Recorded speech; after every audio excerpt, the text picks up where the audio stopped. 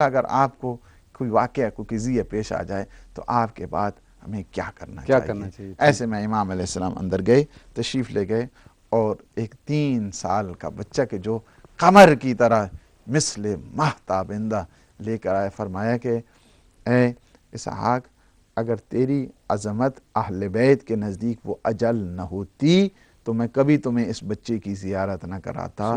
میرے بعد تمہارے امام یہ ہیں حجت ابن الحسن، یہ ہیں. اس کے بعد دوسری چیز کی جس کی طرف بہت زیادہ امام علیہ السلام کی وہ ہے نظام مرجعیت کا تحفظ. اس وقت بہت ضروری ہے اس چیز کی طرف توجہ دی جائے، اور میں جوانوں کو بالخصوص اس بات کی طرف بہت زیادہ وضاحت کے ساتھ اس چیز کی طرف ریمائنڈ کرانا ضروری سمجھتا ہوں. تقلید کا نظام مرجعیت جو ہے نا، اصل میں جو انٹروڈیوس کیا ہے وہ ہمارے 11ویں امام حسن عسکری علیہ السلام نے نظام مرجعیت کو آگے بڑھایا، اور یہ امام علیہ السلام کا فرمان ہے. فَأَمَّا مَنْ كَانَ مِنَ الْفُقَهَاءِ صَائِرًا لِنَفْسِهِ حافظا لدینہ مخالفا لہواہ مطیعا لامر مولاہ فللعوام ان یقلدوہ. پس ہم یعنی اہل بیت یہی ہے. میں ایک جملہ اگر میں کہہ دوں نا، ایک جملہ کہ مکتب تشیع وہ اسکول آف تھاٹ ہے، ایک جملہ اگر میں کہوں تو میں اس انداز کے ساتھ کہوں گا کہ مکتب تشیع وہ ہے کہ جو ایک لمحے کے لیے بھی در ولایت سے منحرف نہیں ہوا. ایک لمحے کے لیے بھی امام اگر جاتے ہیں، امام فرماتے ہیں کہ دیکھو فَأَمَّا مَنْ كَانَ مِنَ الْفُقَهَاءِ. امام کے دور میں نے یہاں کے اوپر تقریباً 20 سے زیادہ امام کے جو وکلاء ہیں اس کتاب کے اندر ذکر کیا ہے کہ امام علیہ السلام کس طرح اپنے احکام کو نافذ کرنے کے لیے کس طرح اپنے نمائندوں کو، اور اس دور میں امام کے اگر دیکھیں تو 90% جو جتنے مسائل تھے امام کے نمائندوں کے، امام کے فقہاء کے ذریعے حل ہوا کرتے تھے. اور یہ امام علیہ السلام کا فرمان ہے کہ اب دیکھیں کوالٹیز امام علیہ السلام نے بتا دی ہیں. فَأَمَّا مَنْ كَانَ مِنَ الْفُقَهَاءِ صَائِنًا لِنَفْسِهِ. ہمارے ان فقہاء کو دیکھو، ہمارے ان مجتہدین کو دیکھو، ہمارے ان مراجع کو دیکھو کہ جو اپنے نفس کے اوپر کنٹرول کرنے والے ہیں، اپنے نفس کے اوپر قابو پانے والے ہیں، حافظاً لدینہ دین خدا کا تحفظ کرنے والے ہیں، مخالفاً لہواہ اور اپنی خواہشات نفسانی کے دشمن ہوں، جو انر ڈیزائرز ہیں ان کے اوپر قابو پانے والے ہوں، مطیعاً لامر مولاہ، اپنے پروردگار کے ہر حکم، ہر کمانڈمنٹ جتنی ہے اللہ کے ہر حکم کے اوپر مطیع ہوں. فَلِلْعَوَامِ أَن يُقَلِّدُوهُ. تو عوام کو چاہیے کہ ایسے مجتہدین کی تقلید کریں. تو تقلید کسی اسکالر کا حکم نہیں ہے، تقلید کسی عالم کا حکم نہیں ہے، تقلید کسی محقق کا حکم نہیں ہے، تقلید کسی مورخ کا حکم نہیں ہے. تقلید کیا ہے؟ حکم امام ہے. اور حکم امام کے جو خلاف انسان کام کرتا ہے وہ حکم رسول کے خلاف کام کرتا ہے، اور حکم رسول کے خلاف جو کام کرتا ہے وہ حکم خدا کے خلاف کرتا ہے. اسی وجہ سے اگر آپ تقلید کے جو چیپٹر ہے، یعنی 3 چیزیں ہیں، یا انسان کو خود مجتہد ہونا چاہیے، ایکسپرٹ ہونا چاہیے، یا یہ ہے کہ انسان کو محتاط ہونا چاہیے، اور تیسری صورت یہ ہے کہ تقلید ہونی چاہیے. اب جب کسی کا فزیکل کو پرابلم بنتا ہے فوراً ڈاکٹر کے پاس، اسپیشلسٹ کے پاس، اس کے پاس کنسلٹنٹ کے پاس جایا جاتا ہے. اسی طرح اگر کوئی گھر کا مسئلہ بن جاتا ہے تو آرکیٹیکچر کو دیکھا جاتا ہے، آرکیٹیکٹ کو دیکھا جاتا ہے. اسی طرح اگر باقی جو دنیا کے معاملات ہیں تو جو ہم ایکسپرٹ ہیں ان کی طرف توجہ کرتے ہیں. تو تقلید کا مطلب یہی ہے کہ جب کوئی ریلیجیس پرابلم بن جائے تو ان کے پاس توجہ کریں کہ جو ریلیجیس ایکسپرٹ ہیں، جورسٹ وہ یہ ہوتا ہے. اور اس وقت اگر دیکھا جائے کہ ایک مجتہد کم از کم، یہاں پہ یورپین لیول کی میں بات کروں، ایک مجتہد کم از کم 13 PhD ہوا کرتا ہے. مجھے تو پتہ ہے نہیں ریسرچ کرنے میں کیا زحمتیں کرنی پڑتی ہیں. وہ انسان یہ نہیں دیکھا کرتا ہے کہ دن کتنا ہے، بلکہ اس جب ریسرچ کا دور ہوتا ہے تو کہتا ہے کم از کم 13 PhD کرنے کے بعد وہ فتویٰ دینے کے قابل ہوتے ہیں. کم از کم وہ 13. ایک شیعہ مجتہد، ایک شیعہ مفتی جسے کہتے ہیں، شیعہ مجتہد کم از کم جو جسے جامع شرائط کہا جائے، وہ کم از کم یہاں کی 13 PhD ہوا کرتا ہے. تو اس کے بعد وہ جا کر پھر بھی وہ یہی ہے، یہ صداقت ہے اس میں کہ پھر بھی اگر وہ کسی، یعنی یہ خوبی آپ دیکھیں اگر مذہب تشیع کے اندر، اس کے باوجود ہم اپنے مجتہد کو اتنا علم حاصل کرنے کے باوجود ہم اسے پھر بھی مسببہ نہیں کہتے ہیں. ہم یہ نہیں کہتے ہیں کہ جو بات نے کر دی ہے وہی حکم خدا بن گئے. ہم کہتے ہیں کہ نہیں، ایک مجتہد بھی خطا کر سکتا ہے اور یہ اس سے بڑھ کر کیا ہے. اور ایک چیز جس کی طرف میں دیکھوں، ہمیشہ یہ یاد رکھیں کہ تقلید کا جو کانسیپٹ ہے وہ اصول دین کے اندر نہیں ہے. تقلید اصول دین کے اندر حرام ہے. ہم نے with your own understanding, with your own vision جو ہیں آپ نے اس کو سمجھنا ہے کہ توحید اللہ ایک ہے تو کیوں ہے، وہ عادل ہے تو کیوں ہے، اس نے نبی بھیجے ہیں تو کیوں بھیجے ہیں، اس نے اتنے امام بھیجے ہیں تو ضرورت امام کیا تھی، اللہ نے کیوں آخر یہ نظام قیامت رکھا. یہ انسان کو خود ویژولائز کرنے کی ہمارے پاس ضرورت وقت بہت کم ہے. میں آخری سوال ضروری پوچھنا چاہوں گا کیونکہ ہمارے کئی مہربانوں نے یہ سوال مجھ سے کیا. تو کیونکہ جناب امام حسن عسکری علیہ السلام کے فرامین میں سے سب سے زیادہ جو فرمان ہیں وہ امام آخر الزمان علیہ السلام کے بارے میں ہی ہیں. تو حضرت جناب حجت علیہ السلام کی وجود اقدس کی دلیل کو آپ نے فرمائی. میں یہ یہاں پہ عرض کروں گا کہ کوئی بھی مکتب اس سے بڑھ کر کیا دلیل ہو سکتی ہے. سب سے زیادہ ایک دوسرے کو جو کچھ مرضی ہے کہتے رہیں، لیکن امام زمانہ اجل اللہ تعالیٰ فرجہ شریف کے بارے میں کوئی بھی مسلمان ایسا نہیں ہے کہ جو ان کا انکار کرے. اور یہ روایات خود سیاہ ستہ کے اندر جو موجود ہیں، من انکر المہدی فقد کفر، کسی کے بارے میں کہ جو امام زمانہ امام مہدی کا انکار کرتا ہے وہ کافر ہے. لہٰذا ہر مکتب فکر کوئی بھی مسلمان اس وقت نہیں، سب کا اتفاق ہے کہ سب کا اس بات کے اوپر اتفاق ہے. اور خود صحیح بخاری کے اندر جو ہے وہ روایت ہے کہ وَكَيْفَ، جب اس وقت کو یاد کرو کہ جب حضرت عیسیٰ نزول فرمائیں گے اور چوتھے آسمان سے، اور اس وقت آپ کا امام ہوگا امام مہدی کہ جو اس وقت انہیں نماز بہت بہت شکریہ پڑھائیں گے. جناب قبلہ مولانا غلام حسن عدیل صاحب، آپ کا یہاں آنے کا بہت بہت شکریہ. ناظرین اکرام، آپ کا بھی پروگرام دیکھنے کا بہت بہت شکریہ. تو ہم آپ کے سامنے ایسے ہی تعلیمی ہسٹوریکل جو آپ کی ہماری تاریخ اسلام ہے اس کے حوالے سے آپ کے سامنے جو ہم پیش کرتے رہیں گے. یہ کیونکہ یہ پروگرام ہی اسباب نجات ہے، نجات کے اسباب تلاش کرتے رہیں گے اور آپ ہمارا ساتھ دیتے رہیں. بہت بہت شکریہ آپ کے پروگرام دیکھنے کا. اگلے پروگرام تک کے لیے اجازت دیں. خدا حافظ.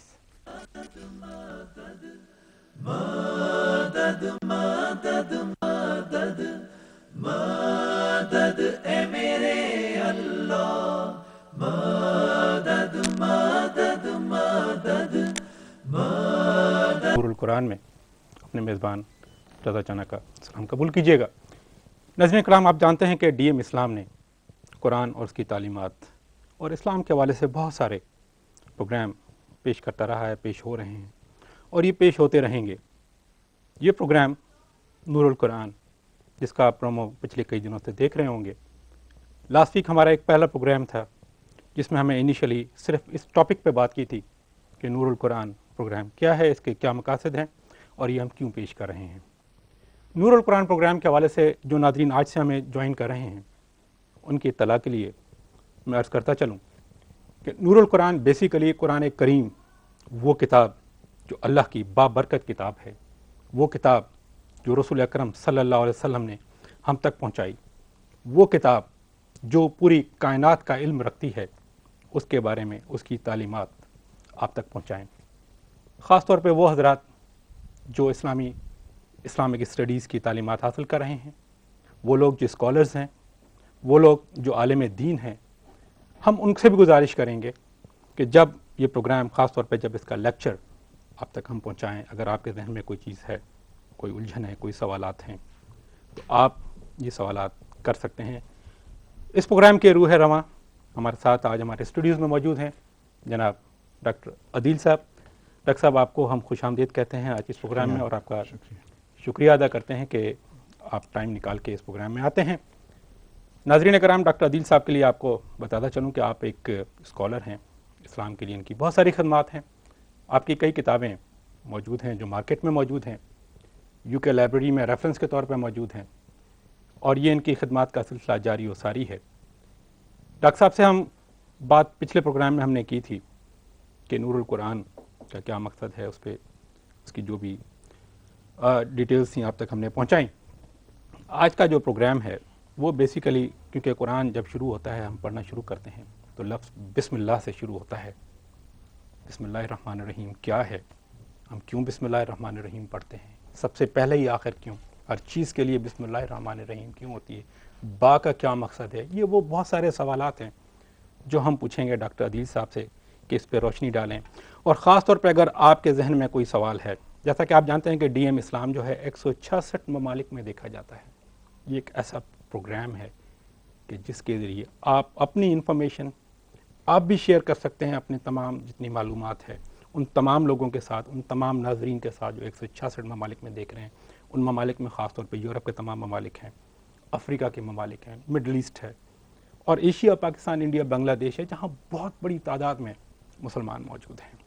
آپ کی ان تمام انفارمیشن سے، تمام وہ جو چیزیں آپ ایکسچینج کریں گے ہمارے ساتھ، اس سے وہ مستفید ہوں گے۔ نمبر آپ کی اسکرین پہ آ رہا ہوگا، آپ بھی اس پروگرام میں شامل ہو سکتے ہیں۔ میں پہلا سوال کروں گا اپنا ڈاکٹر عدیل صاحب سے۔ عدیل صاحب، جیسا کہ میں نے اپنے ناظرین کو بتایا کہ جی ہر چیز ہم بسم اللہ سے ہی آخر کیوں شروع کرتے ہیں، تو بسم اللہ جو ہے اس سے کیا مراد ہے، اس کی با کیا ہے؟ تو ہم ایک ایک کر کے، پہلا سوال میرا آپ سے یہ ہوگا کہ بسم اللہ کے بارے میں آپ ہمیں بتائیں کہ بسم اللہ کے اہم نکات کیا ہیں۔ اعوذ باللہ من الشیطان الرجیم، بسم اللہ الرحمن الرحیم، وبہ نستعین وہو خیر المعین، رب اشرح لی صدری ویسر لی امری واحلل عقدۃ من لسانی ویفقہوا قولی۔ قال اللہ الحکیم فی کتابہ الکریم، بسم اللہ الرحمن الرحیم، قد جاءکم من اللہ نور وکتاب مبین۔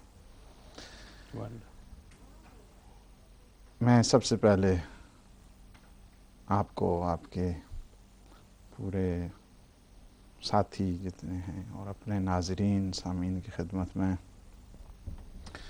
ہدیہ سلام پیش کرتا ہوں، اور قرآن کی عظمت، قرآن کی جلالت، ایک چیز کہ جس کی طرف متوجہ ہونا بہت ضروری ہے، وہ یہی ہے کہ جب کبھی بھی ایک انسان جس کے ساتھ زیادہ محبت ہوتی ہے، جس کے ساتھ زیادہ عقیدت ہوتی ہے، بچوں کے نام بھی بزرگوں کے ناموں کے اوپر رکھے جاتے ہیں، بڑے بڑے مؤسسات، بڑی بڑی کمپنیز، بڑے بڑے مدارس، بڑے بڑے مراکز ہمیشہ ان ناموں کے تحت رکھے جاتے ہیں کہ جن کے ساتھ بہت زیادہ عقیدت اور محبت ہوتی ہے۔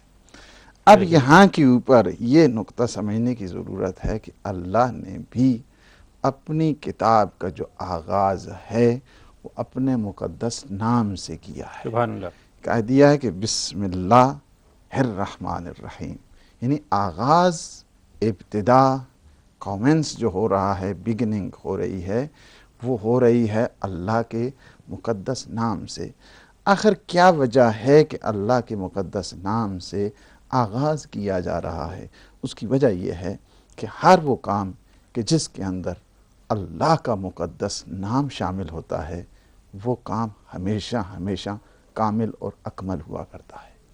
اور جس چیز کے اندر، جس کام کے اندر، جس قول کے اندر، جس فعل کے اندر، جس ایکشن کے اندر، جس ڈیڈ کے اندر بھی اللہ کا مقدس نام نہیں ہوتا ہے، وہ کام ابتر ہوا کرتا ہے، بے نتیجہ ہوا کرتا ہے، اس کا کبھی انسان ثمر حاصل نہیں کر سکتا ہے، میننگ لیس وہ کام ہے۔